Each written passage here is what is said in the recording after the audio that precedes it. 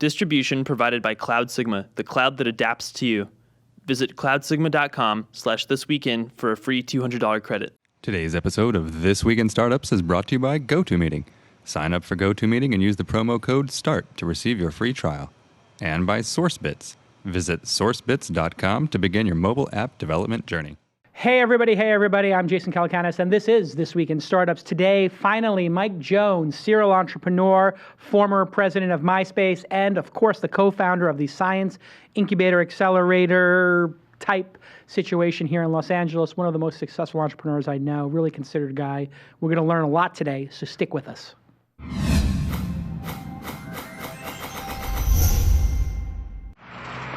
That's what it's all about, man. They said money is the root of all evil. What?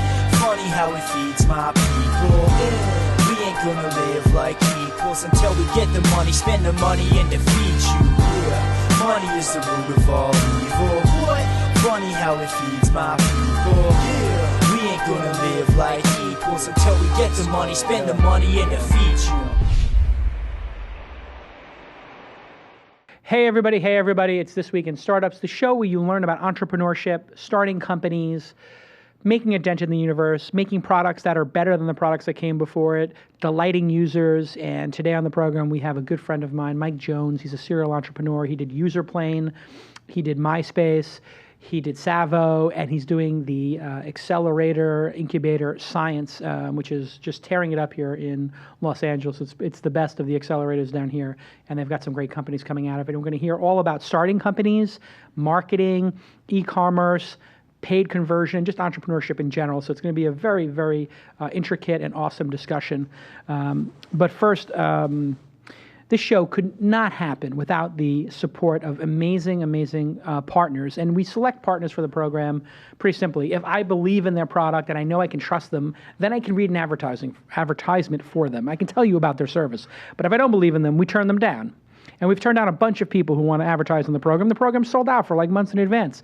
It's a very successful program. What can I say, you know? It's done very well. 100,000 people watching every episode. I'm very proud of that. And so what that means is I can have great people like Sourcebits on the program. And Sourcebits is a great company. I met these folks, I don't know, about a year ago because they were building Sequoia Capital, which is the investor in my company. They were invested in by Sequoia, and they built their website. And they do great work, mobile work mainly for people like Hershey's and Coke and GE. And they're just design-led engineering, really good stuff. And if you're falling behind on your mobile efforts, whether it's mobile web or apps, it's really dangerous for you right now because the entire industry, and by industry I mean user base, the entire user base is moving to mobile. And just look at yourself. How many times have you taken out your mobile phone and done a task while you're sitting just feet away from your computer or your iPad, or you use your iPad instead of your computer? I'm shopping, like I'm parked waiting for my wife to get out of the store, and I'm shopping on Amazon. I have a very weird moment like that. Anyway, mobile's taking over. These guys and gals over there, they make the best mobile apps. And actually, here's one of them right now. Let me pull it up. They made this like, it looks like the Tiger Woods golf game to me, and just gorgeous. Wait a second. I just way overshot the pin. But it's just an example of how gorgeous their work is. And I can just go into practice mode here. Let me double the size of this. It's an iPhone app, but I'm using it on my iPad. Really great app, easy to use, gorgeous, and they're just technically, you know, it's not just understanding in mobile how to technically do something. You have to have the design right, and you have to understand the medium, and these folks do, and they've done a great job. So if you want to meet with them, just email Sourcebits at thisweekend, Sourcebits, BITS, at thisweekend.com, and you'll get a meeting with them. And if you take a meeting with them, you'll also get a 15-minute meeting with me, and you wind up using them to build your mobile apps. You'll get to be on This Week in Startups for 15 minutes. So that's like that product integration we do, and it's working out really well. If you want to thank them for producing and supporting the production of independent media like This Week in Startups, just say thank you at Sourcebits on your Twitter account. And I thank you, Sourcebits, for allowing me to do great interviews with people like Mike Jones. Welcome to the program, finally. Yep, thanks for having me. Right into the microphone there, buddy. Got it. And so, guess we met 2005, 6. we had both sold our companies to AOL in the Right. same 6-month period, maybe. That's right. As part of the John Miller. You were What kind of w- the first of a wave of acquisitions. I think We you guys were. kind of kicked it off. Yeah, like smaller acquisitions Yeah. of smaller companies. So that company that you sold was Userplane. What was Userplane? It was a communications platform that we built where we actually kind of integrated our own technologies into sites like MySpace, and we serviced a lot of the dating and social networking community at that time, and then also had a really, really large kind of free product we built with a giant ad network behind it. Got it. And that was chat. You could just put chat on your site. It was chat, instant messaging, kind of a live presence component. And I mean, at scale, we were dealing with millions of concurrent users every day, and so we had a really, really big kind of communications platform we had built, and we were doing over 1 billion ads a day at the point of us selling to AOL, which is a big network. That wasn't your first company though? You had done No, I'd done a few companies beforehand. They were kind of more in the kind of agency space, where I Right. had different design and technology agencies that I kind of built and sold over the years. Right. And Userplane was the beginning of us actually creating software products that we actually were looking to kind of scale. As an entrepreneur, what's the difference between running one of those service agency type businesses and being a product company? Well, I mean, at the end of the day, in services companies, you're rarely building high quality value at the end of the day, right? You're performing work for companies, and you might be billing very, very strong revenue, and you might be Right. able to finding a lot of profitability, but you're not creating something in the long run that has really, really high value at the end of the road. And so I loved services businesses because I was able to dive and learn from all these different companies we worked with. I mean, it was a fantastic time to do that. But I hated it from the standpoint that services businesses acquired by companies like WPP or traditional agencies just weren't selling for really, really big multiples because they weren't creating scalable, long-term, high enterprise value businesses. So if you had a business doing $1 million a year in revenue, they might buy it for 2 or 3 times that amount? Yes, exactly. So you spent all this time, but really if you had made an internet company that had $1 million in revenue, you might get 20, That's 30 right. times. Yeah.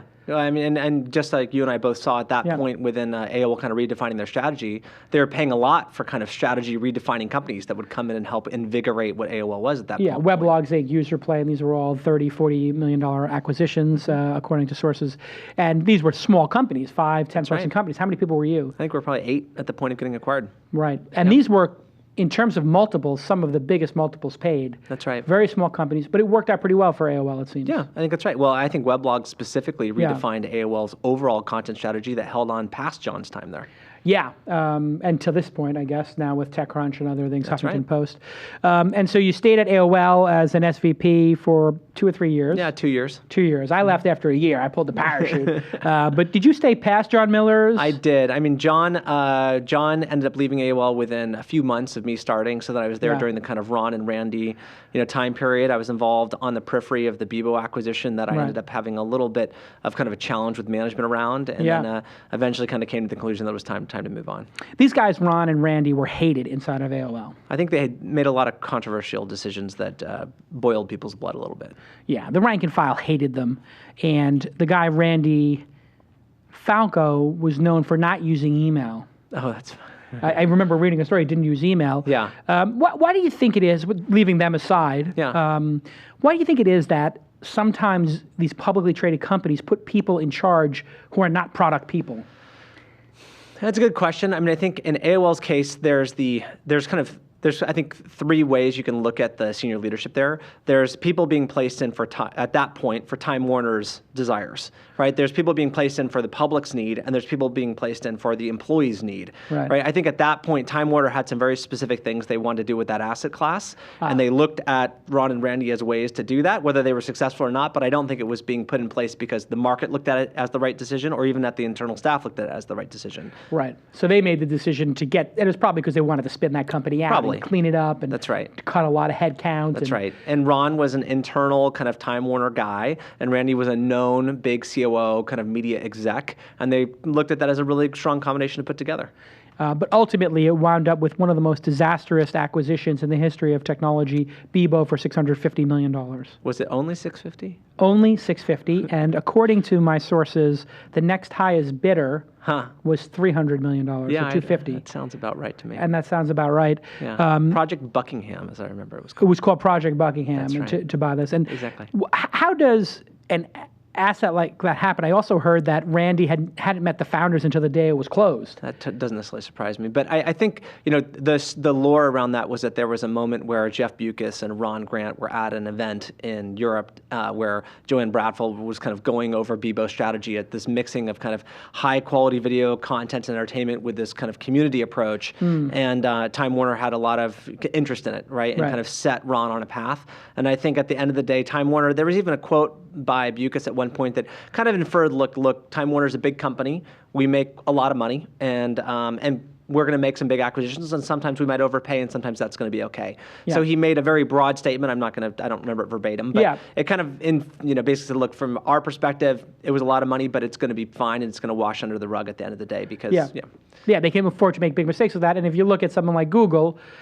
everybody thought at the time $1.65 billion for YouTube with a huge lawsuit over its head. That's right. Was a huge mistake for them to pull the trigger on. Yeah, and I think YouTube's going to show to be an incredible strategy for Google in the long run, but it went very deep into the hole before it's going to dig its way out. It continues to go deeper into that financial hole, but it is a game changer for Google and something that's going to definitely impact the cable. Hundreds of millions of users. Exactly. I mean, is that the best acquisition you can remember in the internet space? I think it'll be one of the most transformative from the perspective that YouTube now, or Google is now going to be able to, in essence, kind of suck budgets out of traditional media spend on television, which their CPMs are so much more ridiculously high than what we deal with, right? I mean, I spend time with TV producers walking me through the economics of their shows, and when they look at the economics of our content that we might create that might have premium or banner advertising, they laugh. Their statement would be, why are you even bothering creating this? Because a great individual show can do so much more as far as magnitude of volume of advertising revenue than we can do,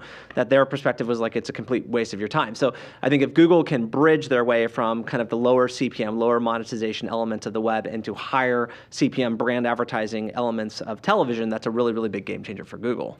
Yeah, and after you sold Userplane, you did Tsavo for a little while. That's right. Private equity funded. What was that business, and did it work, or did it have moderate success? That's right. How do you look back on that one? Sure. So I had a relationship with a private equity fund, and I'd help them acquire a company and then sell it, and then and they had another acquired company that happened to be called Moxie Media at the time, that had gone through a lot of kind of distressed transformation, and it was a kind of search-oriented business that leveraged paid search. It was a very specific, unique partnership with Yahoo, and we wanted to build a content company around it, and so I set up an LA office. I remotely managed the Canadian operation, and we built a content company around it.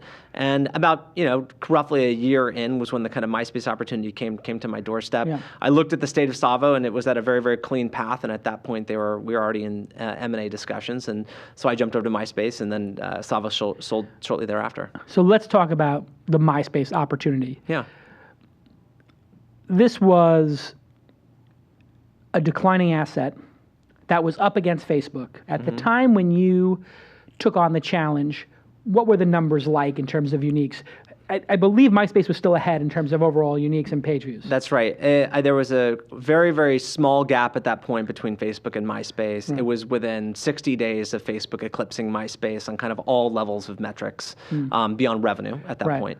And we obviously we knew, there was no doubt there was a major problem. I don't think that Myspace as an organization had behaved as if there was a major problem. I think Myspace had behaved as if there wasn't a really, really big problem. So a little bit of denial. A little bit, maybe. And I think a little bit that was encouraged by a really aggressive growth strategy that had been laid out in front of them that included a lot of international territories, a lot of investment into Myspace as an asset. And I think that the staff in, overall News Corp, we needed to do a real kind of come to Jesus moment and determine what was the future of this asset, knowing that Facebook was coming up so quickly on Myspace's heels. Right. And so you were brought in to turn it around, to stop the bleeding. What was the, what was your instruction on coming on board? What was your thinking? Did you think you could turn it around? Right. Well, when we were brought in, I'd think that turning around often has to do with stopping the bleeding, right? Because they kind of go hand in hand. I don't think that I think in News Corp's case or any large investor's base, they're willing to throw money into something that's working really well, but they obviously become very concerned when they're throwing money into something that isn't working. So turning it around and stopping the bleeding is kind of connected. I came in, I think, because as just a professional like you that had been in the space for a long time and looking to stay in the space for a very long time, I really wanted to understand what was it like to work with large, distressed assets that were having massive declines, which in case Myspace was. I'm an LA guy, and my network's here in LA, and so it was a great place for me because I could bring a lot of team with me to kind of take on this challenge. deep relationship with John Miller, who was head of digital. Yeah, exactly. Formerly CEO of AOL. And I think I think just like all bullheaded entrepreneurs, I totally believe that it was turnaroundable. Yeah. And frankly, I kind of still do. I think that at the end of the day, it wasn't turnaroundable relative to my strategy that we collectively agreed to. And there's other strategic options that can also make it a valuable long-term asset, but we didn't choose that path. We choose a different path. How much of it was, and this is just from things I hear on the outside, technical debt? And what I mean by that, or the industry means by that term, technical debt, there were a lot of technical problems that just needed to be, the entire site needed to be rewritten. That's right. It was written in .NET or Cold Fusion or something crazy, Yeah. ASP, if I remember correctly, and it just technically had grown so big but didn't have great infrastructure. Yeah. Is that true? Well, or- I guess here's the question: is if MySpace as a website loaded faster for you, were you then not going to use Facebook? Probably not. Right. I mean, Yeah. you moved to Facebook because your friends moved to Facebook. It had a real identity. Yeah. It created more value for you. And because of that real identity, it created a different experience with very true content around it, right? Where MySpace was born with the DNA of kind of masked, false, handle-oriented identity, right? So right off the beginning, those are two very different systems. The technical debt... Why are they two different systems? Explain that to the audience, yeah. I guess because at the end of the day, if you're trying to replicate a real life social graph, you have to base it on real identity. And once you base it on real identity, you create accountability between people and their friends and their users, where they actually are putting in meaningful content and they're not just necessarily spamming or oversharing. They're creating actually a meaningful experience there. If you're doing it in a system where you're using handles, which is kind of like a much older school, almost gamified, dating-oriented, structure, you're typically creating new relationships with people that have kind of internet friends, not real friends. They're internet friends, and their internet friends, they might project someone who they want to be, not necessarily who they are. Right. And you see this in online dating all the time. I love long walks on the beach, and here's my handle, and you're like, maybe not so much, right? And so MySpace was born initially out of the concept of a protected, handled identity. That was also from the time then MySpace was started, right? Because when MySpace started on the heels of all the other networks that had come before, 6 Degrees, Friendster, et cetera, the concept of doing a real name social network was highly controversial, right? I mean, I don't think they could have pulled off MySpace with a real name social network. So MySpace created a handle-oriented social network because the climate at the time forced it to. Whereas Facebook created a real-life social network, obviously based on the Harvard, book graph, et cetera. Right. So because of the DNA, they're very different. That simple feature, you think, is the defining differentiator between the two services? Yes, I think those seeds planted grow very, very different fruit. And what about Twitter then? Because you have Twitter, it's almost like a hybrid. There are some people who are handles. That's right. And then there are some people who are verified. That's right. And I think it lends a bit of a question. Yeah. Right. I mean, it's obviously a very natural, different system than Twitter is from Facebook or MySpace, but it's certainly not based on real identity the way Facebook is. Yeah. And granted, also the Facebook page structure is no longer based on real identity now. That's based on at some point aspirational identity or communities. Right. That's also very different. What do you mean by that? Well, so like right now, we're seeing a large swell within Facebook pages that are kind of content oriented. Yeah. Where you can subscribe to people or a community talking about X or a magazine publishing Y. Right. Well, it's very big questions saying, well, previously I went to Facebook to interact with my friends, and now I'm going to Facebook and I'm getting content in that feed. And what does that mean to me? Right. Right. And how does that change the way I reflect on the Facebook? And suddenly that opens up the ability for something like Path to come along, where Path is, double verified, synchronous relationships, whereas Facebook made the choice to go to asynchronous relationships. And what you mean by that is, in plain English? Meaning that asynchronous, in that I can kind of friend you on Facebook in essence and see your content, but you don't see mine. Right. Right? And that was a big change for them. Right. Right? Whereas in the same thing in Twitter, I can follow you, but you don't have to see my content. Right. Right? Whereas with Path, double verification, I have to friend you, you friend me, synchronous relationship, now we have access to each other's content. And you use Path? I do use Path. And what do you use it for? And why you use it? You find yourself using it differently than Facebook? How? I'm not a normal user, just as you're not a normal user in these systems, right? But overall, my Facebook friend graph has become so large, right, that even with Facebook's edge rank, it's hard for me to sort through and find quality personal content among my friends. Right. My friends that are publishing on Path show great personal content on Path. I now don't accept every friend request in Path the way that we all used to do it on Facebook. I want a curated true friend list on Path. Therefore, I'm very restrictive on who I have access to. And the system restricts you because it has a 150 limit. That's right, too. Exactly. Which I ran into multiple times. That's right. I'm getting slaughtered on that. Yeah. So you share pictures of your kids on Path, but Yes. not on Facebook. That's right. That's right. What does that mean for Facebook's future? Well, so Facebook's still a very meaningful part of my everyday, digital life. And What's the number one reason you use it, would you say? I think entertainment. Entertainment. Yeah, entertainment. It entertains you to go down the feed and read news stories your friends are talking exactly. about. Things that people are sharing, hilarious photos, stories from the weekend, links that are trending. Time wasting. It's it's entertainment. Yeah. However you want to just define that. Diversionary. Sure. It doesn't serve a critical utility right now. Right now, it's because I don't use Facebook for core messaging. Right. I do use Facebook as my Facebook Connect centralized login, so that's a very core utility to my Facebook experience. Right. But overall, my consumption there is entertainment based.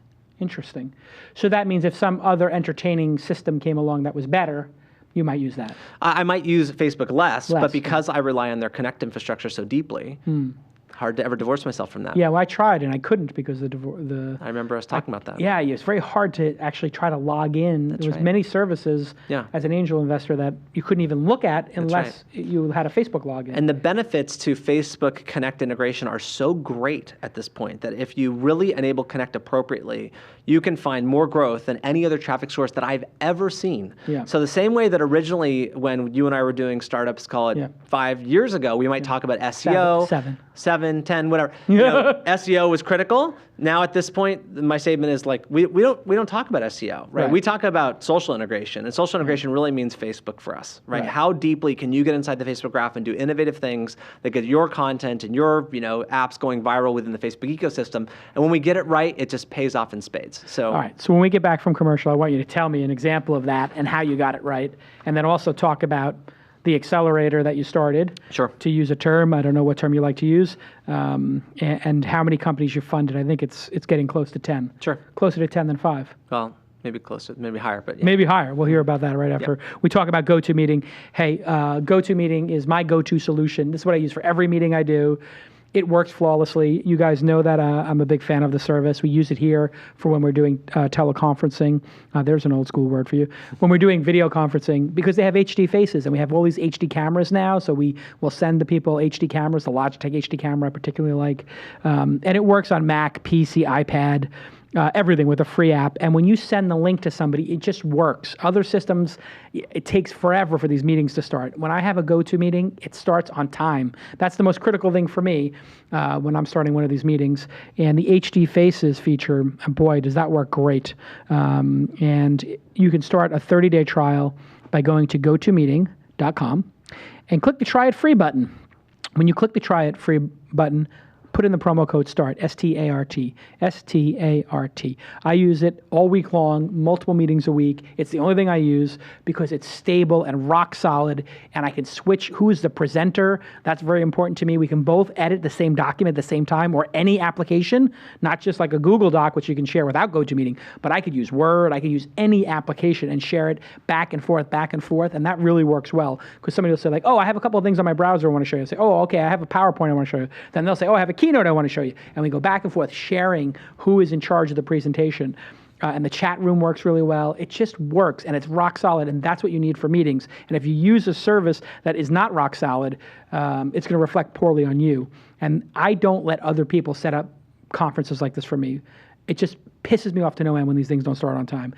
When people have a meeting scheduled right after yours and one right before it, if you waste 10, 20 minutes trying to set this thing up, you're an idiot. I mean, just one click, it starts. Use the promo code START, go to GoToMeeting, and thank them at GoToMeeting on your Twitter account. Use GoToMeeting, I bet. I do. It's a great service. You've been using it for a while, I bet. Yeah, a very long time. See, that's the thing, is if you're a serious business person, you want a solution. It's unavoidable. Yes, it's like so solid that you have to use it, and why would you take any chances with anything else? Okay, so Myspace just absolutely plummets, and they wind up selling it. You were a great soldier. I mean, you stayed through everything and really were loyal to John. Well, I committed them that we would get the asset either turned around or sold. Right. And so when we determined it wasn't going to be turned around, we got it sold. So that's great. You go out looking. I think you did the right thing there. And then you say, I got a blank slate. What do I do next? Yeah, and so I looked at I have a venture partnership with Rustic Canyon, so I'm familiar with what the VC kind of world looks like. I wanted to be more operational than a pure venture capitalist, and I at that point had gotten so addicted to the kind of pace of having a lot of resources and a lot of things to play with within a large organization, which I had at Myspace. I wanted a system where I could come up with a lot of ideas and work with a lot of people, a lot of senior people to kind of develop next generation companies. A big fan of Idea Lab back in the day. And Bill Gross's company. Incredible. And BetaWorks, right? And felt like the other thing I witnessed inside News Corp is that, and inside AOL or Time Warner, is that when you have large media entities that have big distribution relationships, they can de-risk a lot of ventures, right? Because they can come up with an idea and they already know how they're going to sell it, how they're going to monetize it, who it's going to be distributed to, how it goes worldwide, et cetera. So my thought was, gosh, it'd be fantastic if we had this kind of incubator where we had our own kind of mega distribution platform. And then as we invested and founded companies, we could then put it within the system, right? And the system could then take out the risk of initial customer acquisition, et cetera. And so that was the premise behind Science. And so Science to date, we started in roughly November. We kind of moved into our offices in January. We have about kind of 12 companies that we've either founded or kind of co-founded with different entrepreneurs. And then we've also done a bunch of kind of individual small investments as well. And we've raised a lot of money, not only for us, but also for the companies we've founded. And you guys raised, according to the street, around 10. Yeah, around 10. Exactly. So it's a big number if you were raising a first round for a company, but for a venture fund, that would be tiny. That's right. Or for a angel fund even, it'd be probably like an angel fund. It was a small angel fund. Sure, that's right. And so you have some common infrastructure? We do. So we have we have kind of optional use technology stacks that different companies that we come across or bring into the fold can use. We also have our own kind of audience platform that basically is how we kind of generate a lot of users. And then we also have a kind of recommended operational platform. Then Science itself has a large staff. I mean, we have 16 people that are kind of divisional between operations and strategy, and customer acquisition, and asset management. And then we have this portfolio of more or less venture-backed businesses that are off, with great CEOs, with boards that are off kind of building their long-term value. And we stay, intimately connected on a day-by-day basis, often very operational with the companies to make sure that they continue to stay successful. And at what point do you cut the apron strings, as it were? Is it they get their A round and now, okay, we'll be on the board, but when do you get off the board? When do you have less of an interest in the company? How does it work? Well, my guess is we'll probably be on the board for the lifetime of the business because we're large equity holders within the companies. Because you found it, you own 10, 20, 30% of the company? Substantial. We own substantial equity, right? I think that I think that different companies have different levels of involvement. So if the business model's set, we have a senior team and they're showing the right traction, we're great. We'll step back to a board role, but we do still maintain, honestly, daily monitoring on all critical metrics for every single company that we get involved in. And we also have direct kind of investor relations discussions with all the different investors that are involved in our businesses. If a company's having a challenge, regardless of their financing stage, we're going to get involved and we're going to see what we can do to help. We have internal recruiting, we have internal strategy, we have unique access to deals and platforms, et cetera. So we want to get involved and make sure these companies are very successful. So unlike a venture firm, which is somewhat of a blunt object in that they have kind of board level control over specific critical hires and obviously a certain level of financial control, they don't have operational involvement, right? We are a fully enabled operational team. Because they're not qualified or they don't they're want not staffed.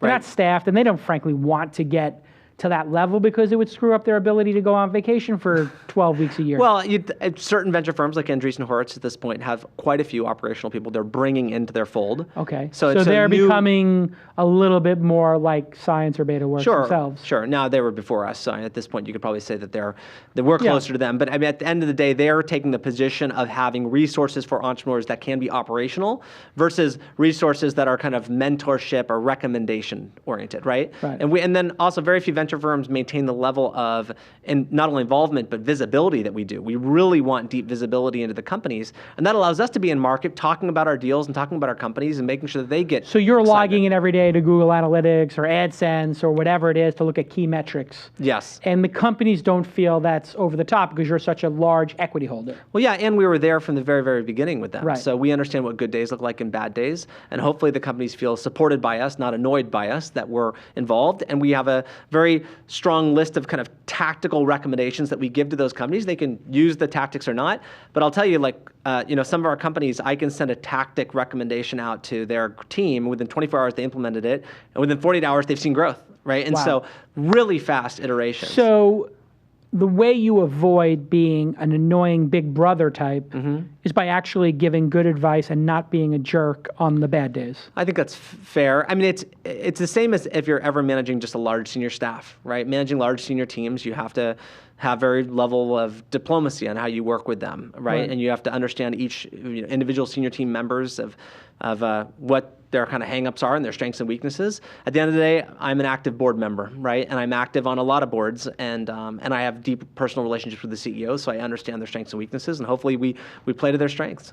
Is the venture business dying? You hear this headline all the time. Venture business is dying. Most venture firms don't return better than the market, or bonds in most venture firms are ineffective. Yeah. You keep seeing, and the statistics seem to back this up. It's like there's 10 or 20, maybe there's 15 venture firms that really have a great return, and the rest, it seems like they're living off of their management fees. Sure. I mean, I don't think the venture market's dying. I think that the venture funding's becoming a bit more concentrated than it has been in the past, and that it's probably about larger pools at more successful venture firms with deeper track records than it is about a whole bunch of different venture firms, right?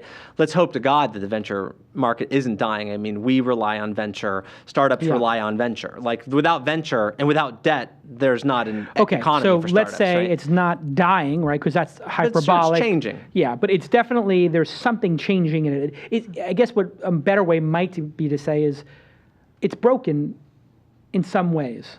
There are pieces of it that are broken. Like if a large number of the funds are not returning positively, Right. what's broken in that segment? Well, Is I mean, it just here's they're the not question. picking well, or there's a large number of mutual funds that also aren't returning. And are we saying mutual funds are? I mean, there's a large. I think people are saying mutual funds maybe. are broken. I mean, you I could think also, the economy's broken. and We're the all screwed. large amount of financial planners that aren't returning. Yeah, so that's broken too. That's right, exactly. So the problem And real estate. exactly, it's all broken. Bonds. So are we just saying the market's? I think the point is saying that. Wait a second. I think we've just figured it out, Mike. The market is broken.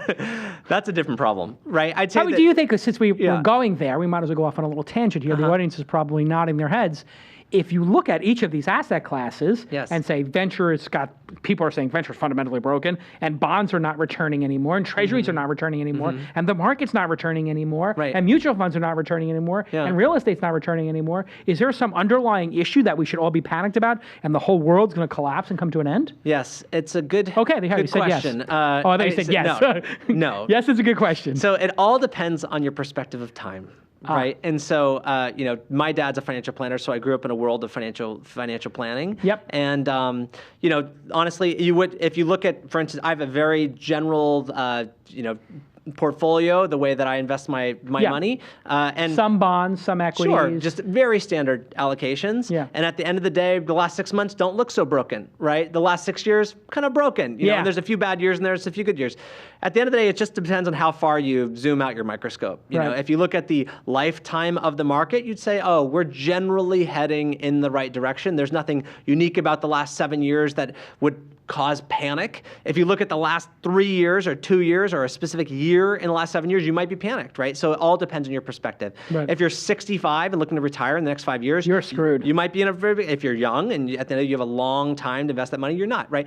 So I think it's very similar as venture. Venture's taken a beating a little bit over the last few years. Certainly the high-flying stocks of the last 6 months that are not so high-flying now create a very big damper on top of big returns from big funds. And what's funny is 6 months ago, you and I might said, look, If you weren't a fund involved in Twitter, Zynga or Facebook, you're going to have a hard time raising a fund because those guys are all in. And now what you might say is, Groupon. God, those funds that were involved in Twitter, Zynga, and Facebook, they're going to have a hard time, right?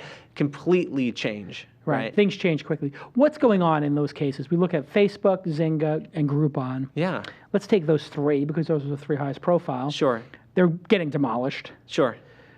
Is there something fundamentally wrong with those businesses, or was there something else at play? Well, I'll tell you, why are people so down on them? It's a good question. I'll say it from two perspectives. One is that from my perspective as being somebody that's deep inside the industry and uses tools like Facebook and uses tools like Groupon, I don't play that many games in Zynga, but as far as those two tools go to me, they're very important to my companies. Facebook and Groupon are very important to our businesses, and they support a lot of our businesses because of the traffic and the way that their platform works. So it feels like they're very real to you. I think they're very, very real. Now, here's the problem. I understand that because I'm in the depths of the minds with our teams on how we interact with these applications, right? The problem is, how does a hedge fund manager get their mind around what Facebook means to startups or what Groupon means to retailers? It's a tough message to translate. They right? have no chance. Exactly, right? So I'd say that one problem we have is we're developing more and more complicated platforms of technology that are very difficult to bring to the market and get everyone to understand. Right. What about Groupon? I mean, it seems to me that they have changed retail and created a brand that is incredibly loved on a global basis. Is that business going to exist 20 years from now? Well, I mean, Facebook, 100% chance it's here 20 years from now? Yeah. Well, I mean, if you look at, call it Valpak, right, Yeah. which were the company that put coupons inside your Yes, mail. of And course. I mean, that's existed for quite a while and just changed hands recently again. Right. I mean, at the end of the day, coupons have been around for a long time. Groupons will probably be around for a long time. It's a tool that retailers need to understand how to use so they don't harm themselves through over-discounting, et cetera. But that's part of just being a responsible business owner. Right. Groupon or some iteration of Groupon, I think is going to be here for a very long time. And is there a really big surprise if I had come to you and said, email-based coupons? You'd be like, oh yeah, totally get it. Completely should work, right? Yeah. They implemented that to the nth degree. It's fantastic. I mean, is that the lesson there? They took an idea that was incredibly obvious and they just went really, really I think it's one iterated aspect, yeah. well. I mean, it's funny, right? It's hard to imagine. It's hard when you look at the technology behind a Facebook. You can say, oh, that's a technology company. Right. When you look at the technology behind Groupon, you almost want to say it's an operational business. It's a sales company. It's a sales company. Right? I mean, it's hard to send that much email. Don't get me wrong. And there's a lot of technology Hey, if you around use that. MailChimp, it'd be easy. At that scale? At that really? scale, I don't know. Let's see. I think they can handle it. So there's technology there, no doubt. But the reality is Groupon works because they cut great deals for retailers and they match them up with the right consumers. Yeah. And that's really, I think, their magic. Right. When you look back at entrepreneurship, you're 20 years in, I think, to your career. Sure. What is the fundamental nature of entrepreneurs that makes them succeed? The fundamental nature. When you look at the great ones, when you look at the great good ones are all yeah. all the biggest dreamers, right? Yeah. I mean, entrepreneurs have to be dreamers in their hearts, and they have to be willing to create the world that they dream about. Yeah. And they need to be able to be blinded to the naysayers that say they can't create that dream, and they need to be intelligent enough to know when to take advice from Yeah. people that can help them versus the people that are going to deter them from accomplishing that dream. So visionary, I think visionary is a big stubborn, statement. Stubborn, yeah, bullheaded, absolutely. and willing to take advice. I think those Open are, to advice. That's I think right. those are. And honestly, What type of entrepreneur? Oh, good. I mean, when I was younger, and I don't know if this is your case, but Yeah. I mean, in my early 20s of entrepreneurship, I didn't want advice. Like I Yeah, had it who all. wants Who advice? wants advice? If I could talk to myself 20 years ago, I would definitely recommend that I should be surrounding myself with experts and sucking every piece of knowledge out of their brain. Right. And I didn't do that, and it turned for me when a moment I talked to a friend of mine, and I went to University of Oregon. It's a great school. It's not a fancy school, and I asked my friend, and he said, I said, what school did you go to? He goes, oh, I went to this school. And he goes, but I really went to Harvard like 7 times. I'm like, why? He goes, because I hired 7 Harvard grads. Ah, And good. his statement was that he actually puts the diplomas of his staff in his office. Huh. And so he really took this approach of saying, like, look, I am the aggregation of the knowledge of the people that work with me. Yeah. And so, that's really a deep understanding of hiring people that are smarter than you and taking their advice and letting them really run within your organization. I wasn't that good at that, as at an early age. and you've gotten better at that. And in fact, your business is predicated on that That's now. right. That's right. You built a business predicated on your earlier weakness. That's right. in a Exactly way. right. Surrounding myself with people that are experts in their own fields and letting them just be the best that they can be. Yeah. How do you, with the current business, science, how do you select which companies to work with, and what is the deal? We know the deal for, if you go to Techstars Sure. or you go to Y Combinator, Yeah. they put in 25 or 50 or something like that, and they get 6 or 10%. Yeah. What's the science deal? Sure. Well, And the how do way you we pick? select the companies is we do a ton of market research. We look at our asset base and seeing what we can leverage. We look for unfair advantages on how we can launch things and make sure that they're successful. We match it up with talent that we know is in the market. And in most cases, you have to realize the companies we're building are companies that we're kind of coming up with blank slate, and then we're hiring or we're kind of co-founding the business with an external staff that's coming into science, right? So you have, your team comes up with an idea. You Right. or Peter Sure. or your brain trust says, Out of the hey, 16, right. Dogs Sure. and pets are a big market, Right. or kids are a big market. Kids' clothing's a huge market. That's right. How do we disrupt that? That's right. And some of the earlier companies, so like Whittleby Yeah, or Sean Dog Vacay or Percival's. Dollar Shave Club, Yeah. they really had, or even EventUp, they had those kind of concepts to start with, or they were already far down the line. And so we had a little bit of a different way that we worked with them versus Right. the more recent companies are often, the company didn't exist before, we prototyped it internally, we started getting up and running. So it's changed a little bit over the last 9 months. Right. As far as the deal structure goes, it's all across the board.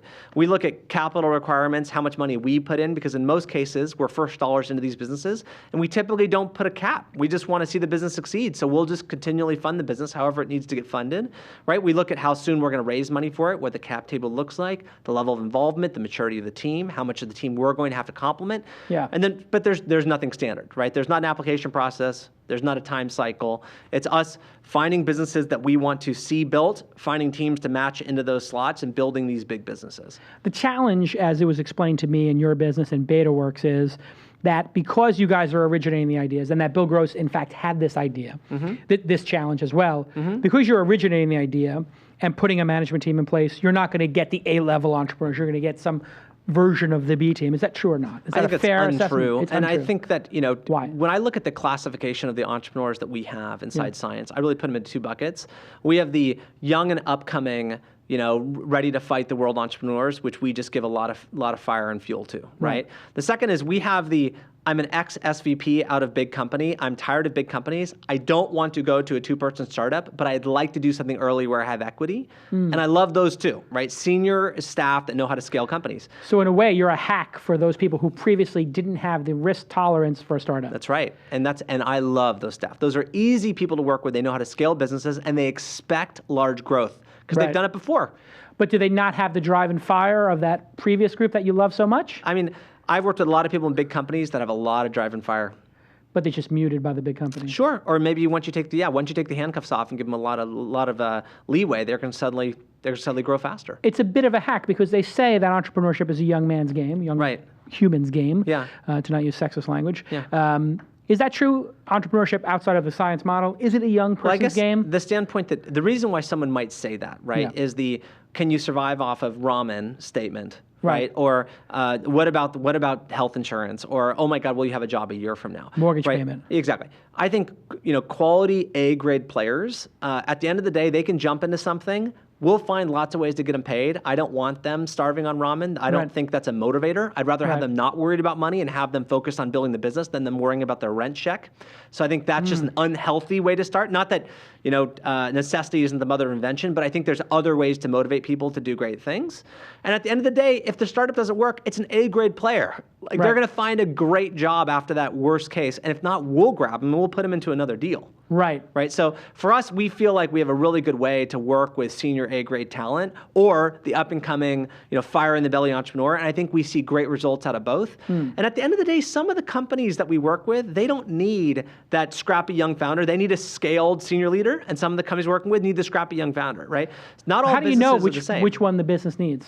Well, Is there some typically- way to tell? Well, I mean, we've worked with enough people that I think we have a gut check on it. Yeah, And what is typically it? we do a lot of, one is in certain cases when the business model is fairly known and we understand how it's going to grow, we want a scaled leader that knows how to scale the company. So e-commerce, subscription business, or Sure. whatever. Whatever predictability we have around the model. SaaS business. Right. If we're going to jump into something completely new and it's going to be a data play around social, that's going to create a new experience for X, Y, and Z audience, and we're going into literally like, black, dark territory. Yeah. I like explorers at that moment. Like, That's interesting. Yeah. And in a way, if you think about that, they never send they wouldn't send the guy with 3 kids on certain missions in the military historically. Right. That's right. They'd be like, this person is going to be thinking about their kids. That's right. When they're climbing up the side of that mountain. That's right. So let's give them a scaled operation. Yeah, let's send the 19-year-old guys That's right. with no kids, so they're not thinking about their kids and their wife. That's right. When they're storming the castle. That's right. But I mean, the more... Whether that's right or wrong as a decision-making process. But the more mature entrepreneur that we're bringing in that Yeah. may is previously kind of a senior grade staffer, Yeah. At the end of the day, they want to see big outcomes, big returns. They want to drive growth. So Right. they're very motivated. Whereas the young explorer may want to just define something completely new in the world Right. and not be as financially focused, but really be focused on development and creation and ideation, et cetera. Right. Different mission. Interesting. And so tell me about some of the businesses. What are the ones you're most proud of? I know you're proud of all your I'm proud of children. all of them, yeah. Which one would you, you said you have about 15 or so now? A Something dozen? like that. Yeah, it just depends on what you classify as a company. All right, well, you have at least 10 companies. Sure, yeah. And then you probably got 5 or 6 projects. That's right. Let's say, so call it 15. Sure. Which 2 or 3 have had the most objective success? Well, I'll just... Fundraising, scale, number of employees. It's a good And we'll start question. there, and then you can talk about your other favorites. Oh gosh, yeah, exactly. Well, I'll just go. I'll go in from a diameter radius from this physical office. How's Yeah. that? That makes it simpler. Wow, that's from totally this- objective. Whittleby's around the corner. So Whittleby's around in the this office. Whittleby's co-renting space. Yes, from you. they're subletting some space. Right. Sean So Whittleby, Percival. Sean Percival, epic entrepreneur who Horrible employee, epic entrepreneur. That's right. Worked for you, worked for Nazar, worked for me. Right, he got the trifecta. He's like, he got one boss who was insane, another boss who was insane in another way, another boss who was too nice. Exactly. Who knows? So he he started Whittleby Kids Clothing Company, and it's just doing fantastically well, right? Yeah. And I mean, from him and his staff packing boxes full of these like curated kids clothes out of our office to having this mega. Have you seen his warehouse? I haven't been to the warehouse You have yet. to go check it Yeah. out. Like it just, I mean, well, and you'll pick up some clothes. I mean, Yeah, you got a exactly. kid, I heard like- he swags everybody out. Oh yeah, well he's got like he's got half a million pieces of kids clothes inside that office at this point. Wow. So it's incredible business, and he every time that I feel like growth's slowing, it's like the next day I log in, I'm like, oh, or not. Like Or Sean not. finds a way to grow stuff, which is just fantastic, and so Interesting. we love that one. We think that's doing great. From here, And they did an A round. that's right. He did an A round, Yep. and no doubt that he's gonna have to raise more money. I mean, Yeah. it's gonna be a big scaled business. Yeah. Yeah. And after that, any other ones? that are- Let's see, diameter from here. Event Up is Yeah. probably the next closest to here, which is basically a marketplace for, in essence, kind of professional grade events. Brilliant, And so brilliant lets- idea. It's a great. idea. Airbnb Yes. for Events. event spaces. Yep. So if you're having a wedding and Yep. yeah, just Or a big- corporate sales office, sales etc. office, yeah. They just they raised money from Lightbank. They brought on some ex-Groupon people that are running their sales. They have an incredible sales team in Chicago now. Tony Adams, again, kind of legacy internet Yep. guy, understands SEO. I think he sent me some note this weekend that's like, oh, search something events in Google. He's like the top 4 results. So he's Yeah. just like he's killing it, right? So we're excited about that. One that you're familiar with is Dog Vacay. Yeah, those guys seem to be doing pretty Yeah, well too. and so great, husband and wife team had opened up their home to babysit people's dogs. Yep. Found that there was a business there and opened up, in essence, what's Airbnb for dogs, right? Yeah. And And you bought a juice company or a cleanse company. well, we haven't announced that, and the deal Oh. is not closed, but we are doing. I some take it stuff back. yeah. There's a rumor about that. There's out there. rumor. Yeah, we're close on it. I mean, Okay. we like the kind won't of say anything weight about loss, juice cleanse, pressed juices kind of business. Press Juicery is doing pretty well I out think they here. are, So obviously it's yeah. not Press Juicery. Is that going to be a fad though? I don't think so. If it's a fad, it'll be a 10-year fad, I think. Oh, I don't I think see, it'll be a yes. slow fad. Right. I mean, fad like, that turns into a trend. we'll that see. turns into Yeah. a sustainable business. I mean, in a world where you would say, is dieting a fad? Like, dieting's certainly not a fad. Unfortunately, dieting for most of the world now is every day. yeah, Like, dieting there are should just fad replace diets. eating. Yeah, there are fad diets. That's right. But dieting's not a fad. That's right. That's exactly right. and you have to really be able to. And also, a lot of things seem to start as fads, That's right. or they appear as fads to us. Yeah. But then they become so permanent Yeah. that they become Just part of the everyday life. sustainable part of life, That's right? right. Like real businesses. So we like juice. The juice business is really, really interesting. Highly competitive, but compelling. And so this is just year one of the business. That's right. in 5 years, what statements will be true if you've succeeded in your mission? That's a good question. I think we'll, certainly within 5 years, we'll have a series of international offices that'll be helping us syndicate these U.S.-based businesses abroad. So we'll be in essence kind So of. you're going to Samwar the Samwars. Well, we'll use Samwar tactics on our own companies. Right. So- You'll be preempting the Samwar That's right. garbage That's juice. right. I mean, you hate that, right? When you see them just knock off pixel by pixel, as an entrepreneur, be honest, it just makes you sick.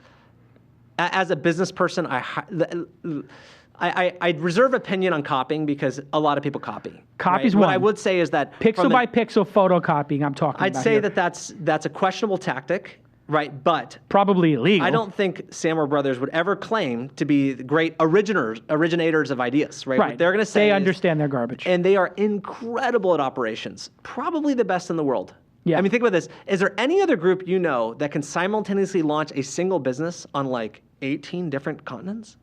Wait, there's only 7 continents. Oh, sorry.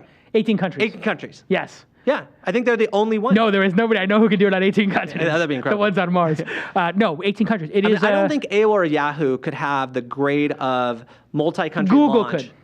Google probably They could. did with YouTube, Okay, fair enough. but that would be the only one. Isn't that crazy? It is kind of crazy. It's crazy. The Samwar Brothers have probably the best distribution pipeline I've ever seen. And Do you their know those operation- guys? I don't know those guys. don't I know know those. I know people around them, and Yeah. I've talked around them a lot. I've never met them. You would never speak with them and tell them anything of your plans because they would just steal it. You know. that. Unfortunately, they probably already know all my plans, is my guess. Yeah, they probably hacked into your email. Who knows? Question from the chat room: if Mike had to choose between, I'm reading it in real time, young, hungry. Mm-hmm. Oh, you got to type faster. I'm gonna have to make up the rest of the country. Entrepreneurs versus old and experienced. Which one would he pick? Well, again, I think it just depends on Yeah, the you business. answered that. It depends It's on the the business. idea. Yeah, I mean, I'll tell you that older scaled entrepreneurs are often easier to manage Hmm. than younger guys. Right, the younger guys are not just like you were younger, and they That's wouldn't. right. You'd like, Bullheaded. yeah, That's right. I would have been horrible to manage. Right. Does that mean you have a risk of those older ones not really pushing far ahead into the vision? That's a question. Yeah. That's a question. Yeah. And the question is, if the business comes across problems, are they at a point where they can kind of quickly iterate, et cetera? I will say that so far, our kind of more senior grade talent that's come in to run companies that we're involved in has shown a vast ability to quickly grow businesses and iterate. So I've been really pleasantly surprised by that. Well, what about women in tech? You know, we have a lot Yeah. of discussion of entrepreneurship Yeah. amongst women.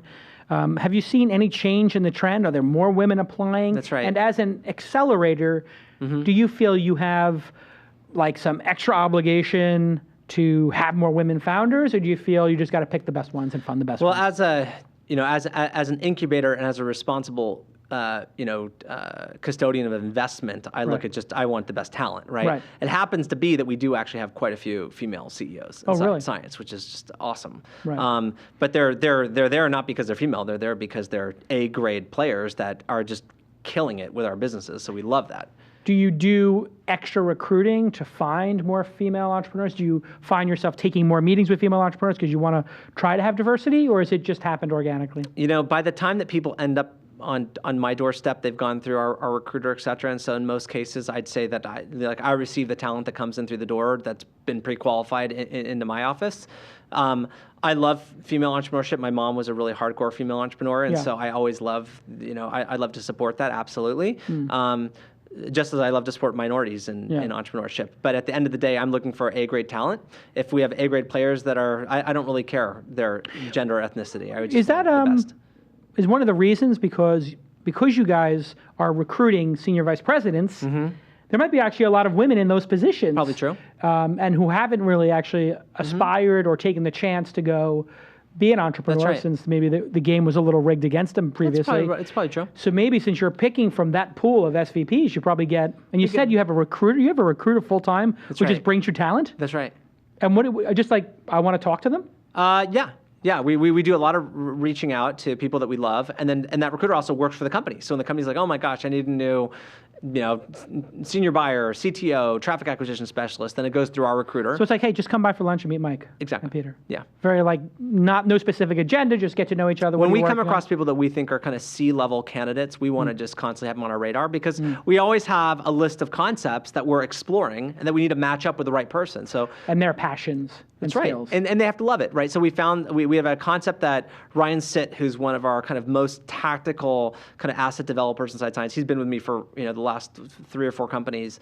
He's been incubating this idea for a long time, a lot of research into it. He identified an incredible female CTO that he hired on 2 weeks ago to work on it, and then he met just this person came in the door that incredible pedigree and resume around the space, perfect fit, and we'll give him a CEO offer this week.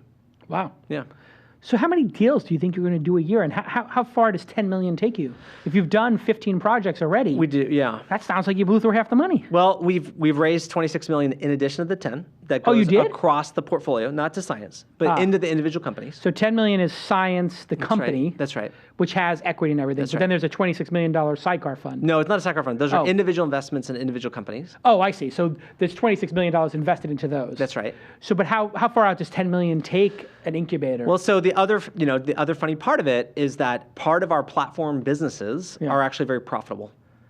Oh, so you charge the startups for the usage of those or something? So like we have certain companies that we've developed internally that we haven't taken an investment externally for, right, that we've solely funded, that contributes back to covering part of the Science overhead. Got it. Yeah.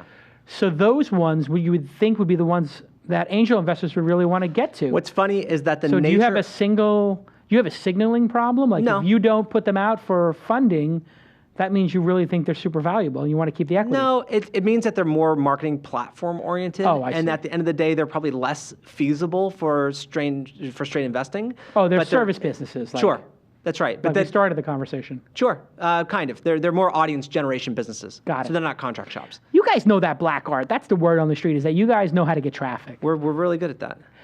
How does traffic get generated? I mean, obviously people know Google. Sure. They know social. Yeah. And they know Facebook ads. Yeah. What's the other black art going on? Well, I'd say that at the end of the day, the way I would look at the traffic world is that in the landscape of where consumers spend time, there's going to be a bunch of big pools of people, right? There's a pool of people inside of Google. There's a pool of people inside of Craigslist, like eBay, Pinterest, Facebook, Twitter. There's these big pools of people, right? And so you have to find ways to interact with those pools. Right? And so you might use Google and do SEO or SEM, and you might do Facebook ads, or you might do Twitter advertising, or however. So we find very specific ways to build teams that dive into how to interact with those pools. Got it. Right? And then we How have do you interact with the Craigslist pool? There's lots of, read the story behind how Airbnb grew. There's very public stories about how Airbnb interacted so I saw the with growth Craigslist. hacker thing, yeah. That's right. Where they made the tool to help the homes post. Sure. Got it. And so I think we look at that as part of the Science responsibilities, that we as a company want to build distribution venues. Those venues are typically matched up to large pools of traffic that we can enable, and then we want to guide that traffic to the startups that we build or that we partner with. And you're very heavy on the commerce side. We're very heavy on the commerce side. Why is that?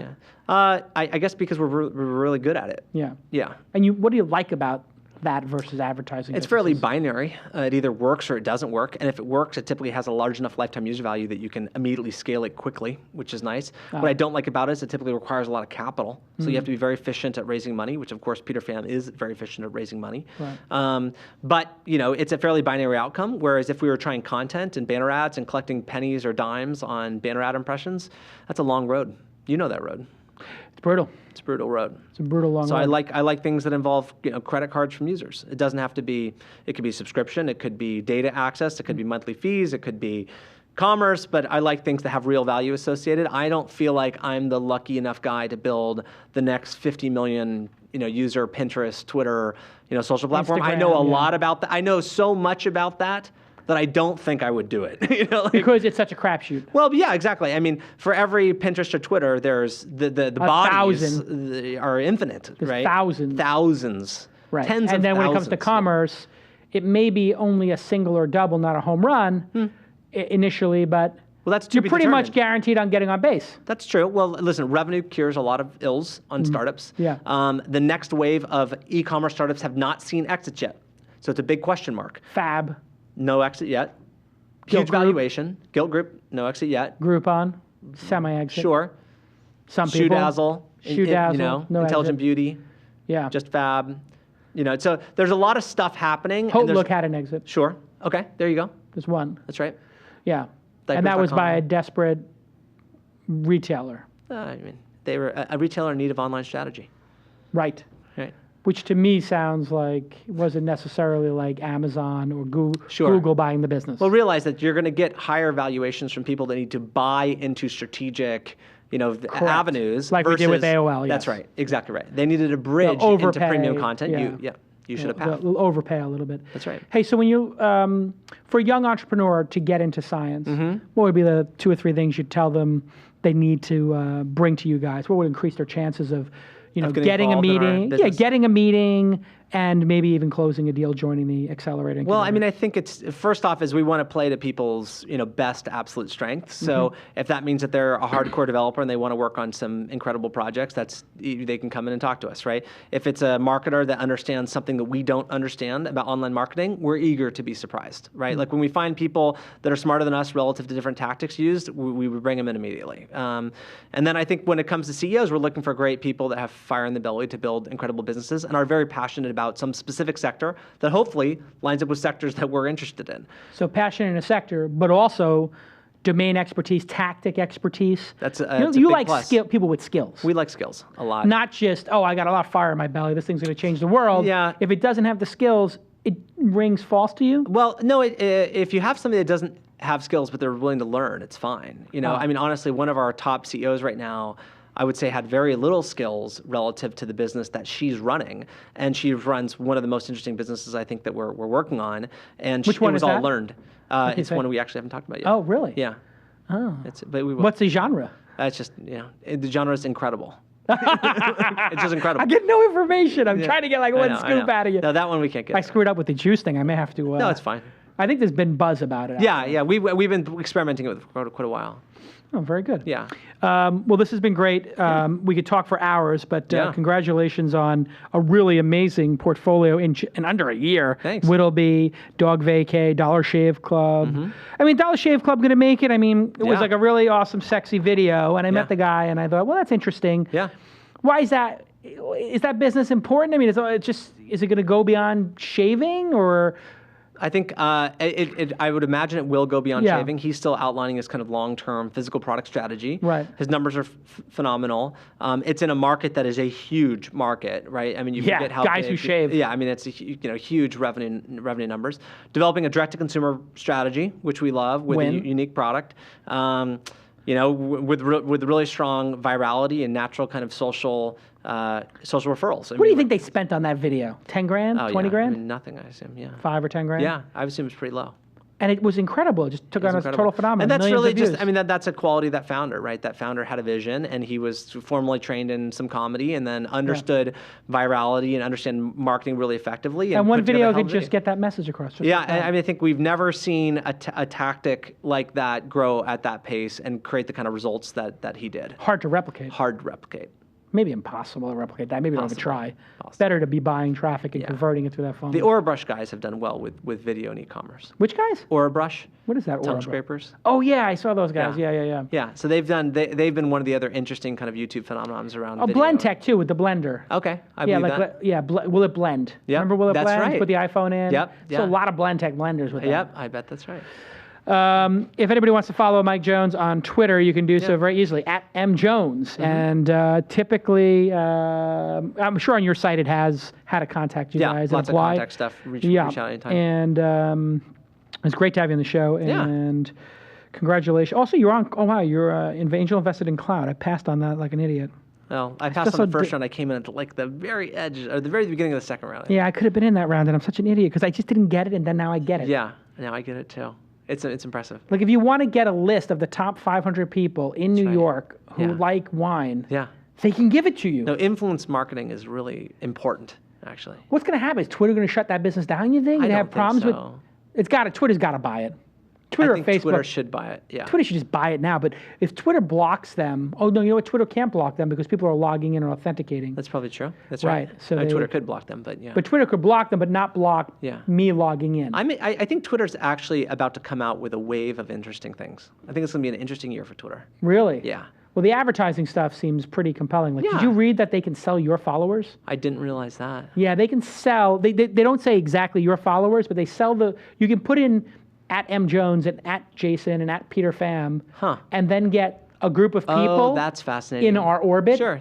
So without selling our lists, Yeah. which would seem very distasteful, Right. They sell people who are fans of that. That's right. They're people targeting off favorited. of, yeah, that makes sense. So if they favorited our stuff, Yep. or they retweeted it, or they Yeah. replied, Yep. so they're selling the top 20% of your followers That's right. to advertisers. Well, it's like at the end of the day, if you followed Kim Kardashian because you liked her shoes and you were a new shoe company, you should be able to target the followers of Kim But Kardashian. doesn't it seem really wrong to you that Shoe Dazzle and Kim build up this huge list, and then Skechers could then go say, "I want the Shoe Dazzle list. Well, I want Shoe Dazzle-y people well, like Kim." does it seem right or wrong that Twitter was a big portion of them building up Shoe Dazzle as a business, of which Twitter never saw any revenue or equity back in Shoe Dazzle? Just feels distasteful to sell somebody's follower list to me. I think they're going to have a huge backlash. Huge. It's possible. I mean, it's one thing to sell a keyword search where you're going to search Google. I have nothing to do with that as Kim Kardashian. Right. But to sell the Is list. that true? Like if you go to well, think about this with Facebook. If you like Fab, then if you're starting a competitor to Fab, then you could target people that also like Fab. Yeah. So then you could say, well, Fab should have revenue on that because Fab built the Fab brand. It does seem wrong to me. It seems some way wrong. Like they shouldn't be able to target. Like why am I building up this list? But I guess it's so incestuous it doesn't matter. That's right. Well, remember these are free tools. They're free tools, so therefore they can do whatever they want. That's right. I mean, if Fab, had to compensate Twitter or Facebook for every user signed up that Twitter and Facebook referred because of the viral channels that Twitter and Facebook provided, Fab could never afford that, right? Or a commission. That's right, or a commission. Yeah, if they just put an affiliate link on every Amazon link. That's right. They'd be within their right to do that. That's right. They could say any traffic that leaves Twitter or Facebook. And certain platforms do that. They have, yeah. That's right. Pinterest does that, I think. One point experimented with it, I think. One board did? Oh, no, at one point Pinterest we believe was experimenting with taking big that, links or big skim links. Skim links. Thin links, skim links. Yep. Interesting. Yeah. All right.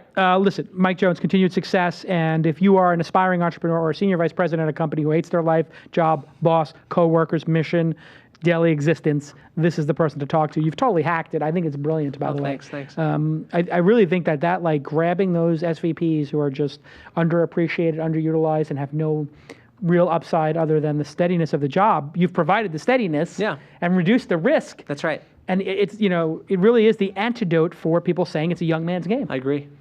Just well done, Mike. I'm very impressed. And thank you, thank you at Sourcebits, and thank you at GoToMeeting. And if you enjoyed this discussion, really, you have them to thank. Thank you at GoToMeeting, and thank you at Sourcebits. We really couldn't provide free content like this. And God, I mean, there's like 5 or 6 people who work on this program. It's a lot of work to do this. And I couldn't do it without you guys. Thank you so much. And follow at Science Inc., Science INC, to follow all the great stuff coming out of science. We'll see you next time on This Week in Startups. Bye-bye.